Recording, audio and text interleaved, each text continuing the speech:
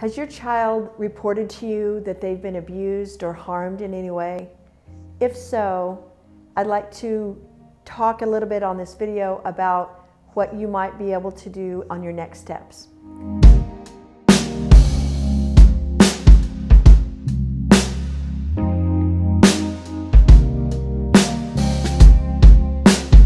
On the human trafficking and the sex trafficking, one of the things that we've been taught to identify and to look for is no ID, no social security number, no social security card, because those traffickers, they entice your young ladies or your kiddo, hey, come hang out with me, and we're gonna go see my friends, and we're gonna do this, this, and this. But a human trafficker, they will take their ID, they will take their social security number, and they'll steal their identity, but they're over here doing sexual acts and sexual favors for the benefit of whatever it may be. So parents so often say, my kiddo is hanging out with the wrong crowd, and she's doing this, this, and this, and she's lost her ID and they can't find it anywhere, and that is always a red flag to me of you need to look a little deeper into the friends they're hanging out with. More often than not,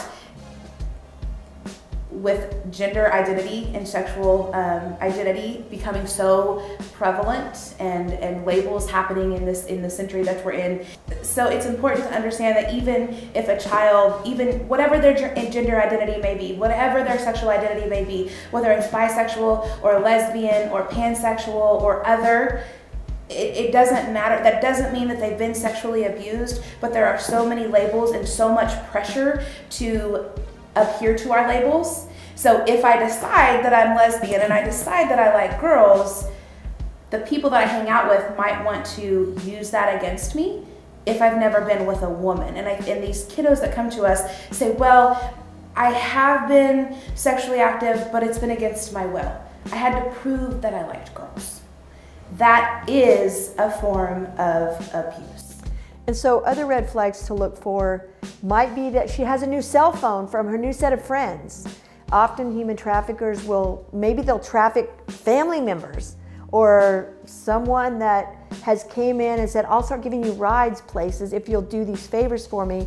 And so human traffickers aren't individuals from far, far away.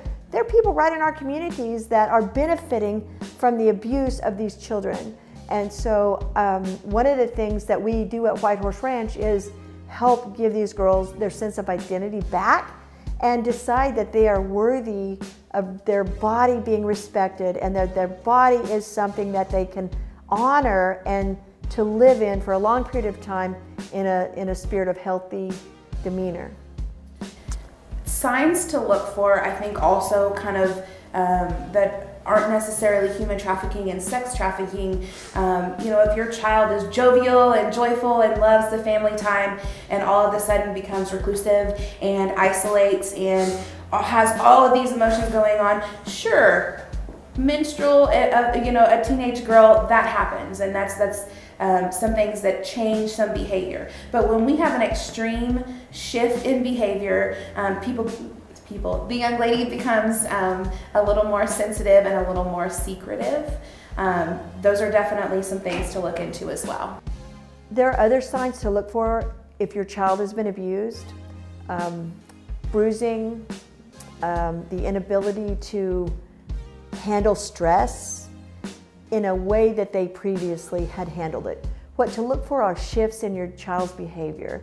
And so if your child once was resilient and they are disheartened by the most simple, seemingly simple things, oftentimes they are having trouble with getting over a certain kind of abuse. Has my child been verbally abused, physically abused, and sexual abuse is very, like I say, prevalent in our society, but what signs to look for? If they start abusing themselves, then they have been abused because they're carrying on that or perpetuating a previous abuse.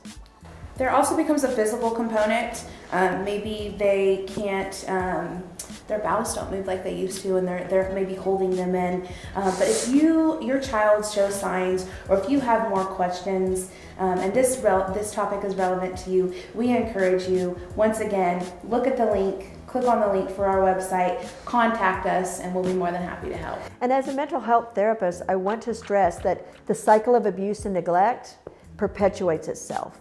And so if a girl has been neglected, she might choose to abuse herself or others, or if she's been abused, she might decide to neglect herself or others. And so every situation is different, but the cycle of abuse and neglect is very prevalent, and it's very severe on some of these occasions when a girl, for instance, has attempted suicide in her 30 times or not been successful, and we celebrate those times that the girl was not successful in a suicide attempt. But has my child been abused? If she's not getting those messages to you, she might not be able to handle it on her own. So we as adults can go in and help her carry that burden until she has resolved some of these things and to begin to heal. If you want more info, like and subscribe to our YouTube channel, and we will definitely give you some more tips.